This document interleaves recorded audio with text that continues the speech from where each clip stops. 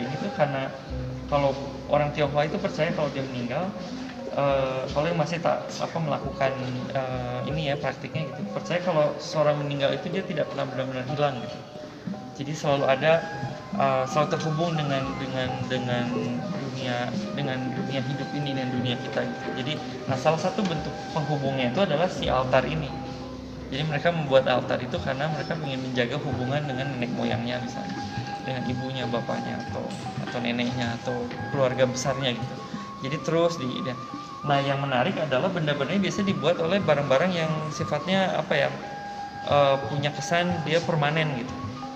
Bisa bertahan lama gitu. Karena itu tadi kan, karena supaya hubungannya langgeng, supaya hubungannya terjalin terus itu komunikasinya. Ada warna emasnya lah misalnya kayak gitu ya. Dan terus gitu kalau di situ nanti akan lihat ada buah yang sesajen ya yang diganti terus tiap berapa bulan. Nah, kali ini sama seperti tadi saya balik gitu, berkembang dan tumbuh gitu kan. Mungkin karena kondisinya sebetulnya tidak ideal, jadi tujuannya kenapa saya taruh di dalam kaca ini supaya si tanahnya nggak kering, dia bisa terus lembab dan si tanamannya bisa terus tumbuh.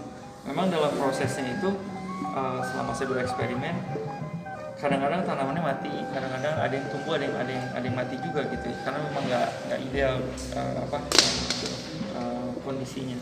Tapi yang saya kejar sebetulnya kan bukan bagaimana tanaman yang bisa tetap tumbuh, tapi gagasan bahwa sesuatu yang tumbuh ini tuh kemudian bisa tentang tentang perjalanan waktu, bergerak, tumbuh, makin besar, dan bendanya berubah terus.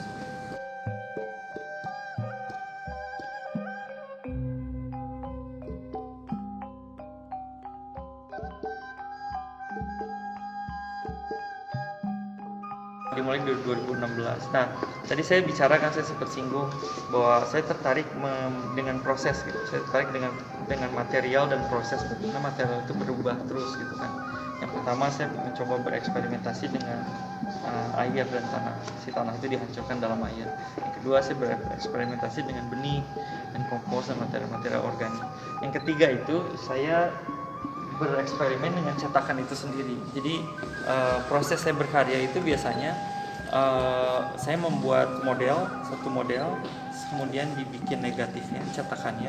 Kemudian cetakan itu saya pakai untuk mereproduksi si bentuk itu yang saya udah buat semula, untuk membuat pola seperti dua karya yang di belakang, di tembok sebelah sana dan di sana. Nah, itu contohnya, itu biasanya yang saya kerjakan. Nah, si cetakan itu sendiri sebetulnya karena dia bahan alami ya, sebetulnya batu-batuan dari batu kapur, semakin sering dipakai, interiornya itu akan terkikis lama-lama. Jadi si bentuk itu akan hilang lama-lama atau membesar, ukurannya berubah. Nah, harus diganti dan dibikin yang baru. Itu yang biasa saya lakukan. Dari proses itu saya sadar, wah ini kok menarik ya. Maksudnya gimana sih bentuknya itu kemudian berubah sedikit demi sedikit, hilang gitu detailnya. Mungkin awalnya ada garis, terus garisnya lama-lama mulai hilang, jadi bulat gitu, terus bulatnya lama-lama mulai membesar. Atau kalau saya punya bentuknya kotaknya itu mulai hilang sudutnya dan membulat. Nah, saya jadi tertarik, oke, gimana kalau saya bikin satu karya, satu model dengan satu cetakan, dan kemudian cetakan itu dipakai terus sampai hancur.